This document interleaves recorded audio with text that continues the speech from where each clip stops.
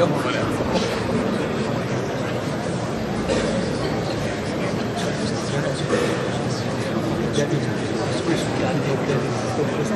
me over the red.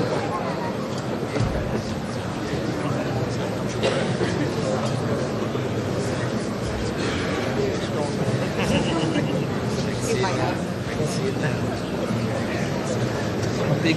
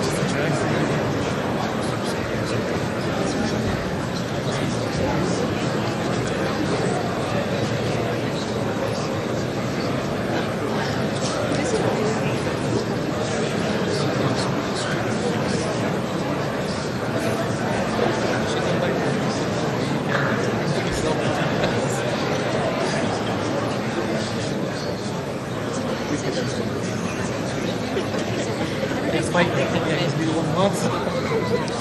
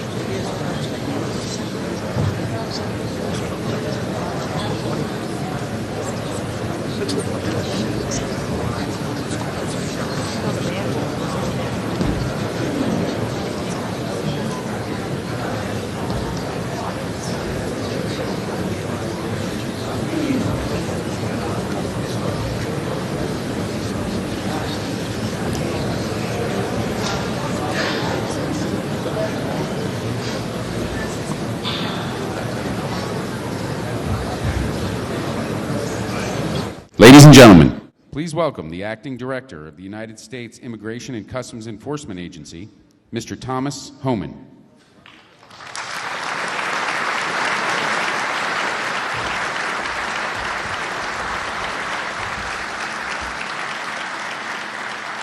Acting Director of the United States Immigration and Customs Enforcement Agency, Mr. Thomas Homan.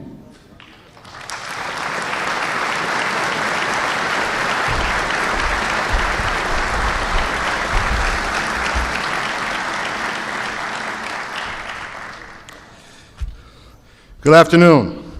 I'm Tom Homan. I'm the Acting Director for U.S. Immigration and Customs Enforcement, known as ICE. As a career law enforcement officer, I want to begin by saying thank you. The work we've chosen, the job we do is tough, and I'm honored to serve alongside so many American patriots in this room today. To my fellow ICE officers and agents in this room, thank you for the privilege of serving alongside you. I want to especially recognize the Suffolk County PD, the Nassau County PD, the NYPD for their ongoing partnership in Operation Matador, which is dedicated to combating MS-13 in New York City and Long Island, and has thus so far resulted in over 100 arrests. Here in Long Island, ICE agents collaborate with both Nassau and Suffolk counties to work gang cases, share intelligence, and develop cases for prosecution. We're here today to send a clear message to MS-13 and all other criminal gangs. You are not welcome here, and you will not find safe harbor. President Trump has made it a priority to get these criminals off the street. And if they are in the U.S. illegally, out of the country. That's exactly what the men and women of ICE are going to do to keep America safe. Our efforts to target and dismantle MS-13 cannot be successful without strong partnerships between law enforcement agencies at the federal, state, and local levels. Let me be clear. We will be relentless in our pursuit of every member, associate, and leader of MS-13. From the command and control element in El Salvador to the lone gang member walking within our communities, we will target all of you. We will bring a laser focus to the absolute destruction of this cowardly organization that terrorizes the most vulnerable in our country. It's time for the victimization and the fear in our communities to end. However, it's time for every member of MS-13 to be in fear. Look over their shoulder, look in their rearview mirror, because ICE and its partners are coming hard and we're coming strong.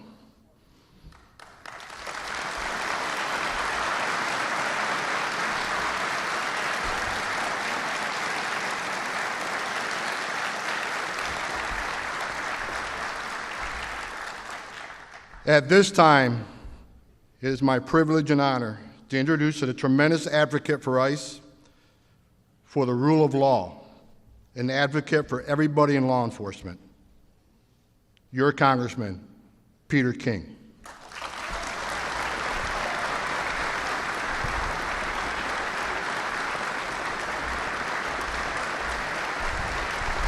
Thank you very much. Thank you, Tom. What a great day to welcome President Trump back to Long Island. Tom, thank you for your great work, what you're doing with all the men and women of ICE. Let me also acknowledge the members of Congress who are traveling with me here today, one of whom you all know from the neighboring district, Congressman Lee Zeldin.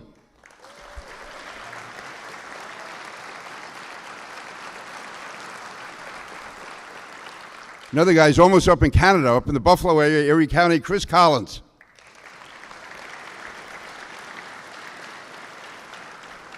And then if you take the ferry boat over to Staten Island, you find Dan Donovan, a great guy.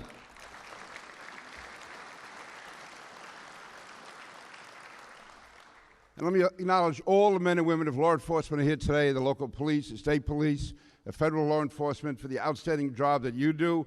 Let me thank you for your service, and let me tell you that you will have you can never have a greater advocate in the White House than President Trump. He is...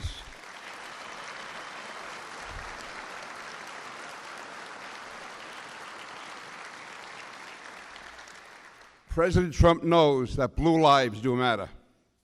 President Trump will always be in your corner. He will always have your back. Now, MS-13 is a brutal gang of vicious murderers. And we have here today several family members, Freddie Cuevas, Evelyn Rodriguez. They have personally gone through the horrible anguish that resulted from these vicious murders that have been carried out.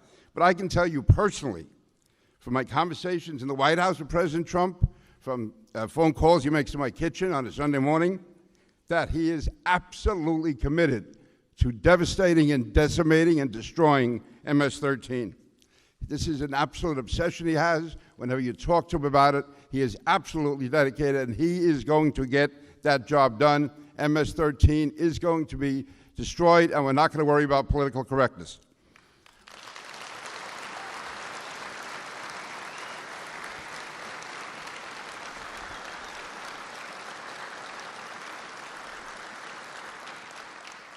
President Trump stands with the good people of Central Islip and Brentwood. He stands with the people of Long Island and with the people of America. He stands with us, he speaks for us, and he fights for us. And now, ladies and gentlemen, if I would be allowed from one guy who grew up in Queens to another, it is my privilege to introduce the President of the United States of America, Donald Trump.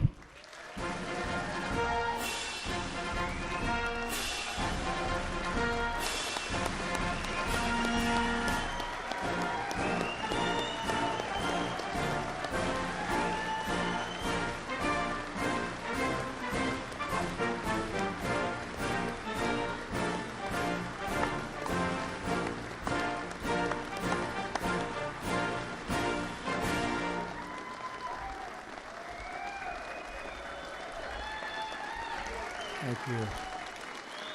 Thank you.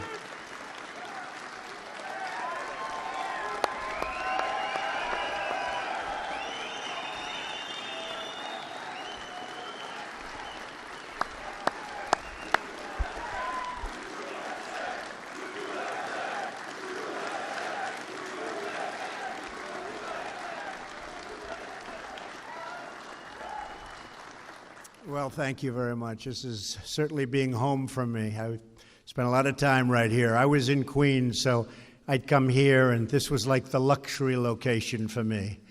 And I love it. I love the people here. Even coming in from the airport, I sat with Nikki Haley, who's here someplace. Where's our Nikki? Ambassador Nikki Haley, who is so incredible.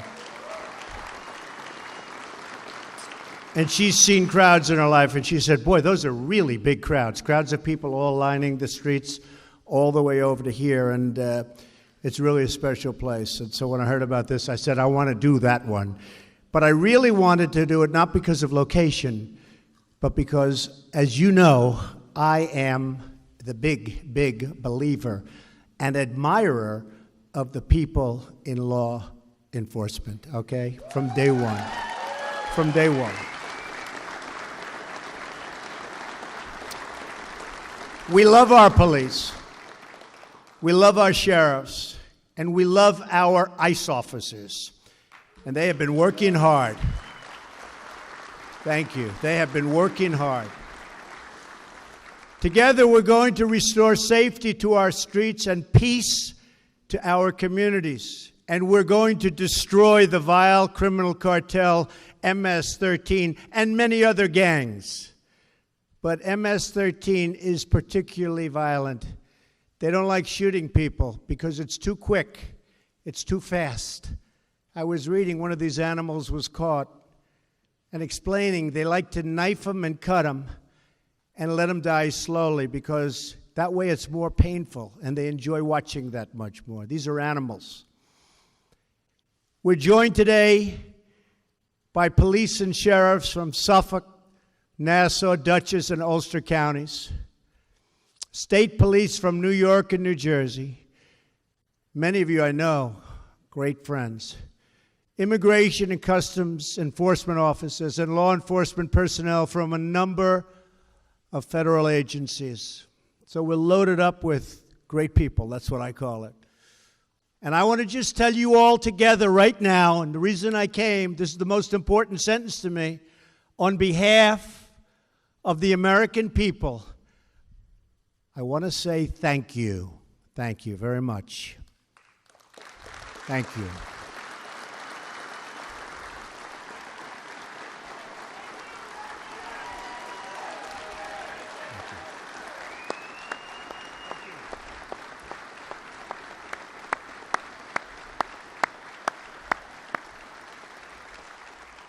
And I don't think you know how much the public respects and admires you. You're saving American lives every day, and we have your backs. Believe me, we have your backs 100%. Not like the old days. Not like the old days.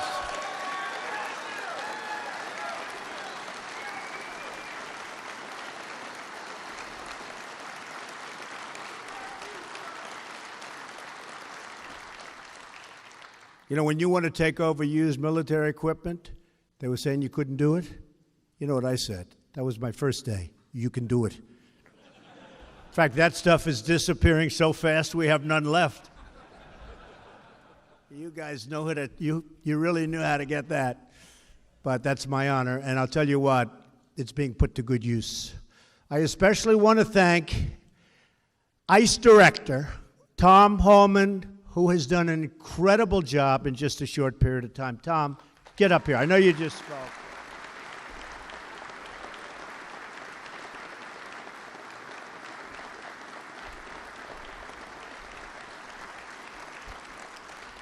Tom is determined to rid our nation of cartels and criminals who are preying on our citizens. And I can only say to Tom, keep up the great work. He's a tough guy. He's a tough cookie. Somebody said the other day, they saw him on television, they were interviewed after that. They said, he looks very nasty. He looks very mean. I said, that's what I'm looking for. That's exactly what I was looking for. And for that, I want to congratulate John Kelly, who has done an incredible job of Secretary of Homeland Security. Incredible. One of our real stars. Truly one of our stars. John Kelly is one of our great stars. You know, the border's down 78%. Under past administrations, the border didn't go down, it went up. But if it went down 1%, it was like this was a great thing. Down 78%. And in fact, the southern border of Mexico, we did them a big favor, believe me. They get very little traffic in there anymore because they know they're not going to get through the border to the United States. So that whole group has been incredible, led by General Kelly. Let me also express our gratitude to the members of the New York delegation here today. Congressman Chris Collins, where's Chris? Where's Chris? Oh, Chris, right from the beginning, he said Trump is going to win. Trump is going to win. That's why I like him. I didn't like him that much before. Now I love him. I'll never...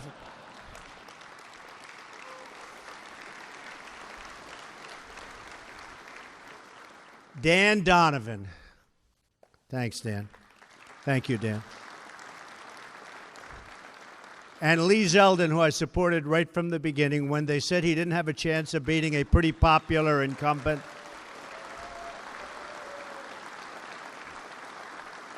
And I saw him in a debate. I said, I think this guy's going to win. But he fought a pretty popular guy.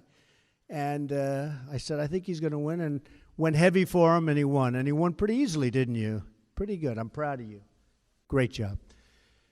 And, of course, a legend, somebody that we all know very well, sort of my neighbor, because I consider him a neighbor, but he's really a great and highly respected man in Washington, Congressman Peter King. Peter.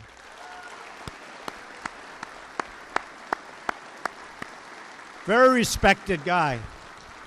He is a respected man that people like to ask opinions of. I do. Congressman King and his colleagues know the terrible pain and violence MS-13 has inflicted upon this community and this country. And if you remember, just a little more than 2 years ago, when I came down the escalator with Melania, and I made the speech, people coming into this country, everyone said, what does he know? What's he talking about? And there was Bedlam. Remember Bedlam? And then about 2 months later, they said, you know, he's right. So I'm honored to have brought it to everybody's attention, but the suffering and the pain that we were going through, and now you can look at the numbers, it's a whole different world. And it will get better and better and better because we've been able to start nipping it in the bud. We've nipped it in the bud. Let's call it start nipping it in the bud. And MS-13, the cartel, has spread gruesome bloodshed throughout the United States. We've gotten a lot of them out of here. Big, big percentage, but the rest are coming. They'll be out of here quickly, right? Quickly. Good.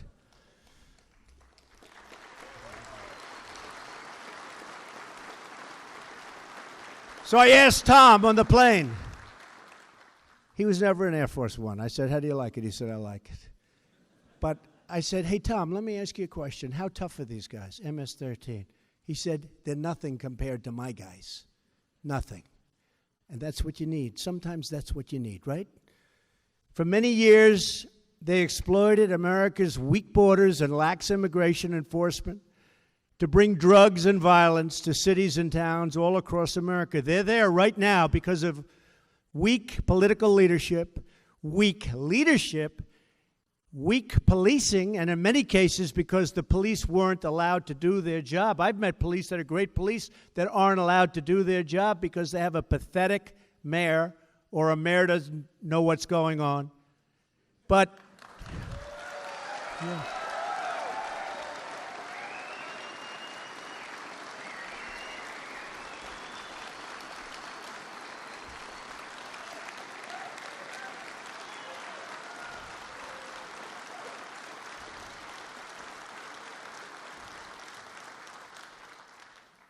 Were you applauding for someone in particular? It's sad. It's sad. You look at what's happening, it's sad. But hopefully, certainly in the country, those days are over. You may have a little bit longer to wait. But from now on, we're going to enforce our laws, protect our borders, and support our police like our police have never been supported before. We're going to support you like you've never been supported before.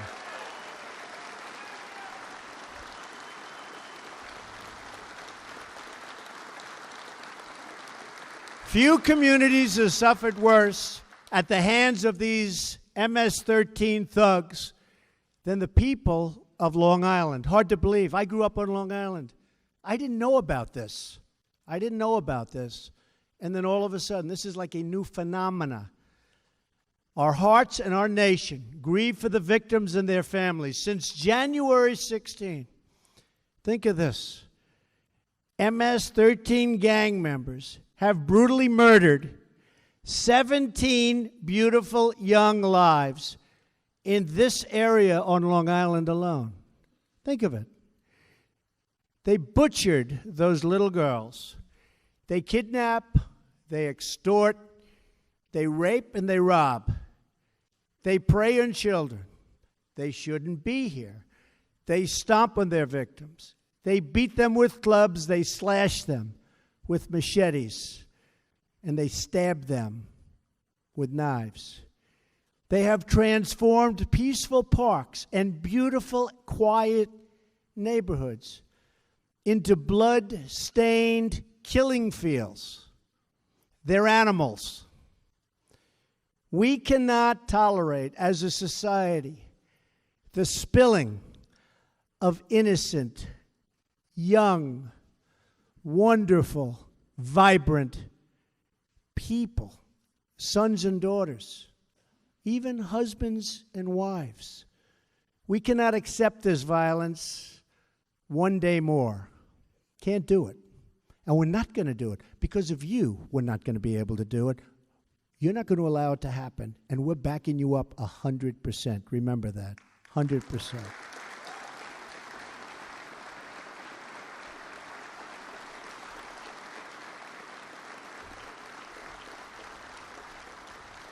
It is the policy of this administration to dismantle, decimate, and eradicate MS-13 at every other, and I have to say, MS-13, that's a name, rough groups, that's fine. We got a lot of others.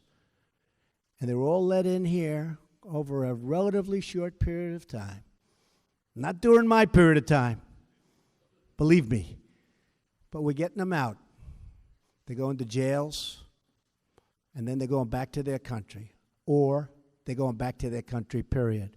One by one, we're liberating our American towns. Can you believe that I'm saying that? I'm talking about liberating our towns. It's like I'd see in a movie. They're liberating the town. Like in the old Wild West, right? We're liberating our towns. I never thought I'd be standing up here talking about liberating the towns on Long Island, where I grew up. But that's what you're doing.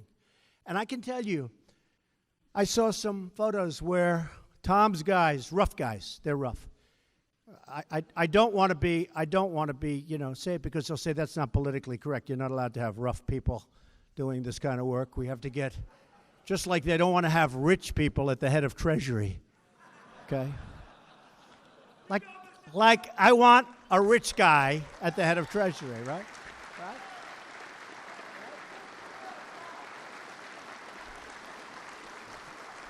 I want a rich guy at the head of commerce, because we've been screwed so badly on trade deals. I want people that made a lot of money now to make a lot of money for our country. And by the way, as I was walking up, they just gave me the numbers. Our numbers were just came out this morning. GDP is up double from what it was in the first quarter.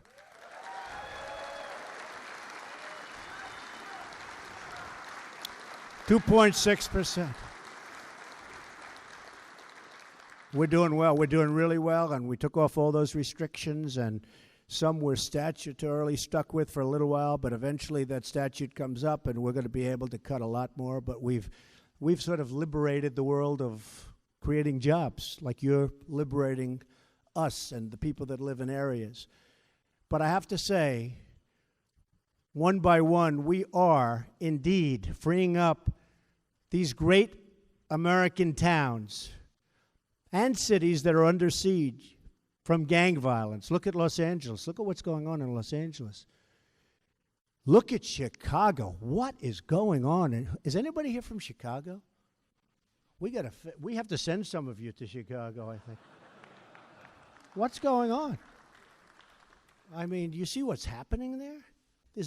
Do we agree? Is there something maybe? Is there something?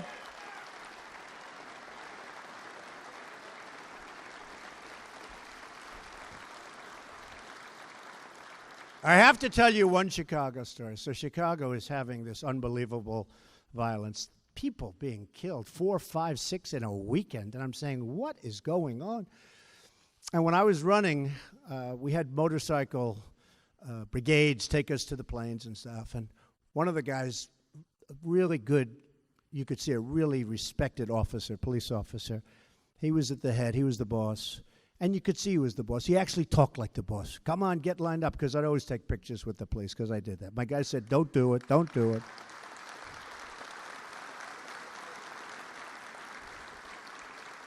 Other candidates didn't do it that I was beating by 40 points. Can you believe it? But I did it. Maybe that's why I was winning by 40 points. But other candidates wouldn't do it. But I always took the pictures with the police. But we're in Chicago, and we had massive motorcycle brigades. And, you know, those people have to volunteer. I don't know if you know that, but from what I understand, they have to volunteer. And I had the biggest brigades. I had brigades sometimes with almost 300 motorcycles. Even I was impressed. I'd look ahead, and it was nothing but motorcycles, because they'd volunteer from all over various states. But there's one guy who was impressive. He was a rough cookie and really a respected guy. I could see he was respected. And he said, all right, come on, get over here, get over here. He's got to get to work, get over here. And I said, so let me tell you, you're from Chicago? Yes, sir. I said, what the hell is going on? And he said, it's a problem can be straightened out. I said, how long would it take you to straighten out this problem? He said, if you gave me the authority, a couple of days. I really mean it. I said, you really think so? He said, a couple of days. We know all the bad ones. We know them all. He said, the officers, you guys, you know all the bad ones in your area. You know them by their names. He said, we know them all. A couple of days. I said, you got to be kidding. Now, this is a year and a half ago. I said, give me your card.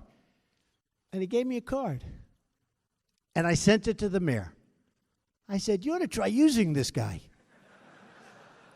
Guess what happened? Never heard. And last week they had another record. It's horrible. But we're just getting started. We will restore law and order on Long Island. We'll bring back justice to the United States. I'm very happy to have gotten a great justice of the United States Supreme Court, not only nominated, but approved. And by the way, your Second Amendment is safe.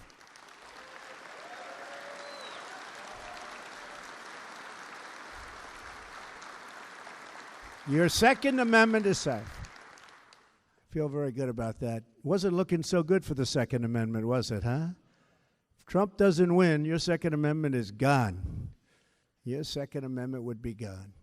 But I have a simple message today for every gang member and criminal alien that are threatening so violently our people.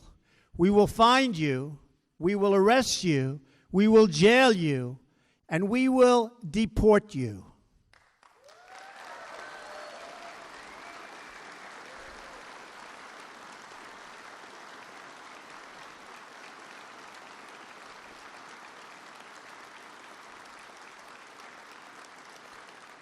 And you know, we had some problems with certain countries. Still do with a couple, but we'll take care of them. Don't worry about it. Anytime we have a trade deficit, it's very easy, which is almost everywhere. We have trade deficits with almost every country because we had a lot of really bad negotiators making deals with other countries. So it's almost everywhere, so that takes care of itself. But we had certain countries in South America where they wouldn't take the people back. I said, that's okay, no more trade. All of a sudden, they started taking their people back. It's amazing, isn't it? They used to send to the former Secretary of State, the country, please call. Would you please work it so that we can take? And they used to just tell her, no, we won't take back. They take back with us every single time. We're having very little problem. Are we having any problem right now with that? Huh? You better believe it. Give me the names of the few problems. We'll take care of it. This telling you. It's unbelievable.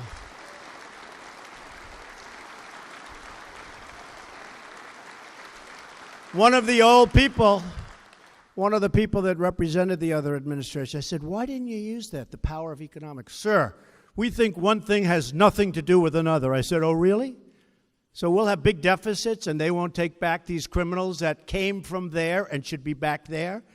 Well, believe me, to me, everything matters. But they're all taking them back. ICE officers recently conducted the largest crackdown on criminal gangs in the history of our country.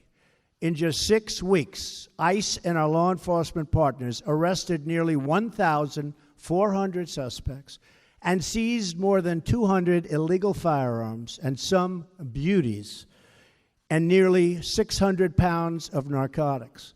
The men and women of ICE are turning the tide in the battle against MS-13.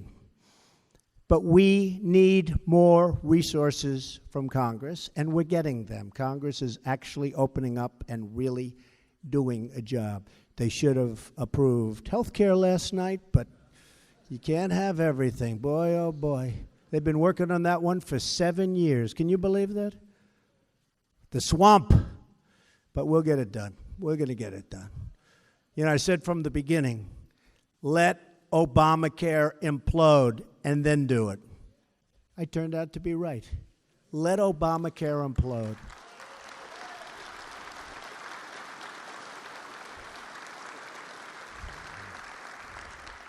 Right now, we have less than 6,000 enforcement and removal officers in ICE.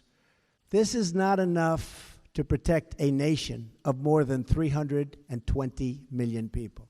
It's essential that Congress fund another 10,000 ICE officers, and we're asking for that, so that we can eliminate MS-13 and root out the criminal cartels from our country. Now, we're getting them out anyway, but we'd like to get them out a lot faster. And when you see these towns, and when you see these thugs being thrown into the back of a paddy wagon, you just see them thrown in, rough. I said, please don't be too nice. Like when you guys put somebody in the car and you're protecting their head, you know, the way you put their hand over. Like, don't hit their head, and they've just killed somebody, don't hit their head. I said, you can take the hand away, okay?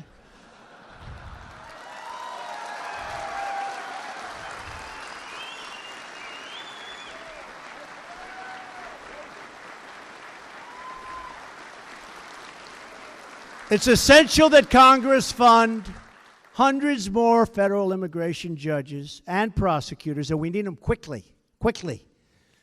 If we're going to dismantle these deadly networks, and I have to tell you, you know, the laws are so horrendously stacked against us because for years and years they've been made to protect the criminal. Totally made to protect the criminal, not the officers. You do something wrong, you're in more jeopardy than they are. These laws are stacked against you. We're changing those laws.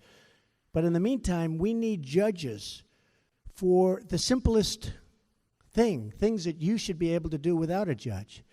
But we have to have those judges quickly. In the meantime, we're trying to change the laws. We're also working with Chairman Bob Goodlatte on a series of enforcement measures, and he's a terrific guy, to keep our country safe from crime and terrorism, and in particular, radical Islamic terrorism.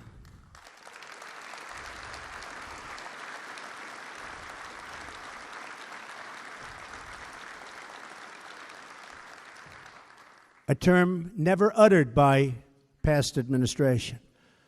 Never uttered. Did anybody ever hear that term? I don't think so. But you heard it from me. That includes cracking down on sanctuary cities that defy federal law, shield visa overstays, and that release dangerous criminals back into the United States communities. That's what's happening. They're releasing them.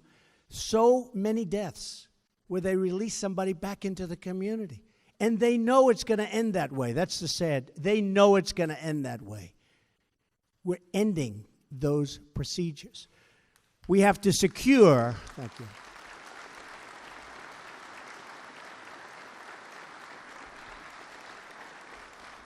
I spoke to parents, incredible parents. I got to know so many parents of children that were so horribly killed, burned to death, beaten to death, just the worst kind of death you can ever, stuffed in barrels. And the person that did it was released, and you'd look at the file, and there were letter after letter after letter of people begging not to let this animal back into society, that this would happen. It would happen quickly. It wasn't even like it would happen over a long period of time. They were saying it would happen quickly. It's total violence. He's a totally violent person. You cannot let this person out. They let the person out, and sometimes it would happen like on the first day. And then you have to talk to the parents and hold the parents and hug them, and they're crying. Crying, their lives are destroyed. And nobody thinks about those people. They don't think about those people. They're devastated. But we're ending so much of that. We're ending, hopefully, all of that. The laws are tough. The laws are stacked against us, but we're ending it.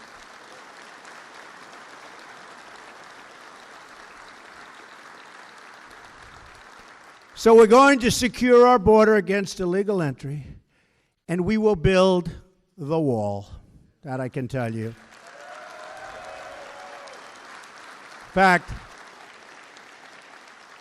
last night, you don't read about this too much, but it was approved $1.6 billion for the phase 1 of the wall, which is not only designed, but the start of construction over a period of about 2 years, but the start of construction for a great border wall.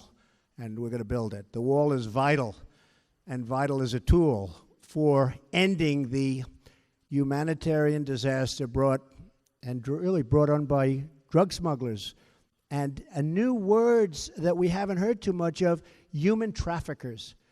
This is a term that's been going on from the beginning of time, and they say it's worse now than it ever was. You go back 1,000 years where you think of human trafficking. You go back 500 years, 200 years, 100 years. Human trafficking, they say, think of it, what they do, human trafficking is worse now maybe than it's ever been in the history of this world. We need a wall.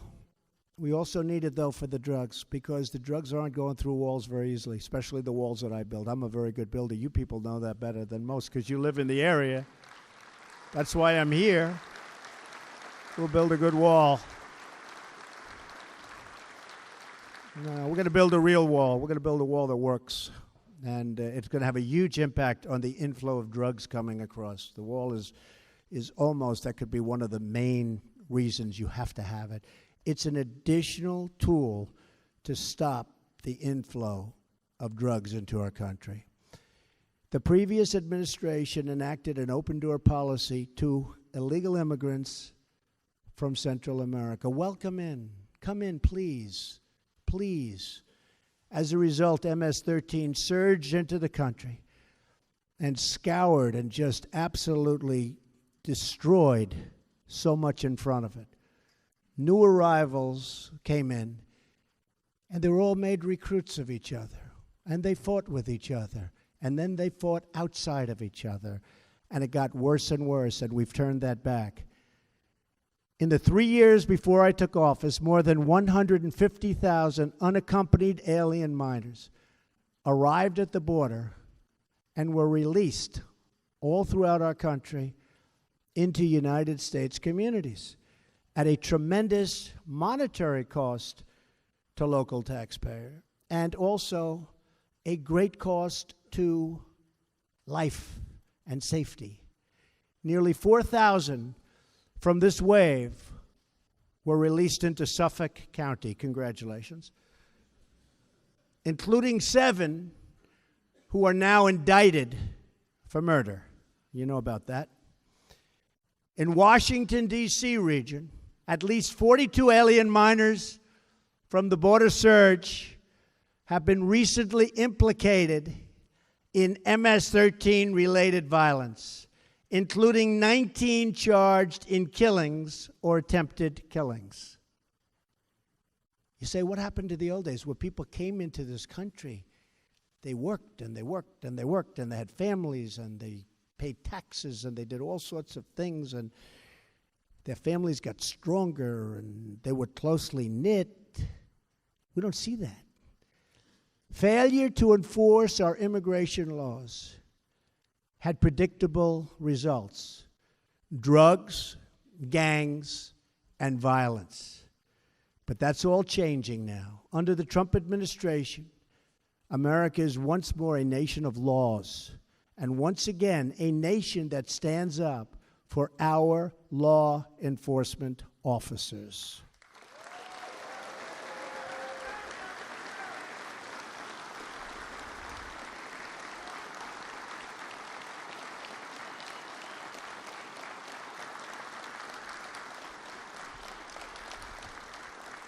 We will defend our country, protect our communities, and put the safety of the American people first.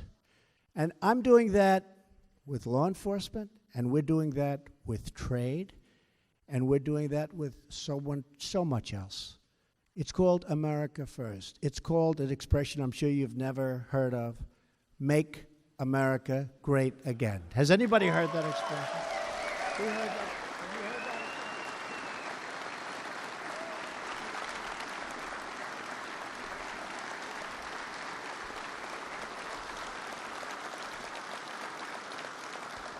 That is my promise to each of you.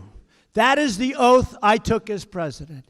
And that is my sacred pledge to the American people.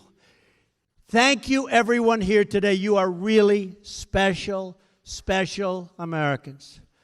And thank you in particular to the great police, sheriffs, and ICE officers. You do a spectacular job. The country loves you. The country respects you.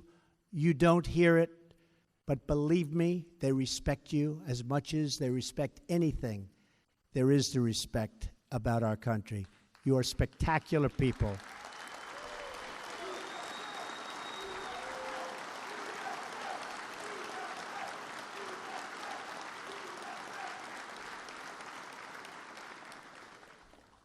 Because of the danger of your job, which people also understand fully, I leave you with the following. Thank you, and may God bless you. May God bless the United States of America. Thank you very much. Thank you. Thank you very much.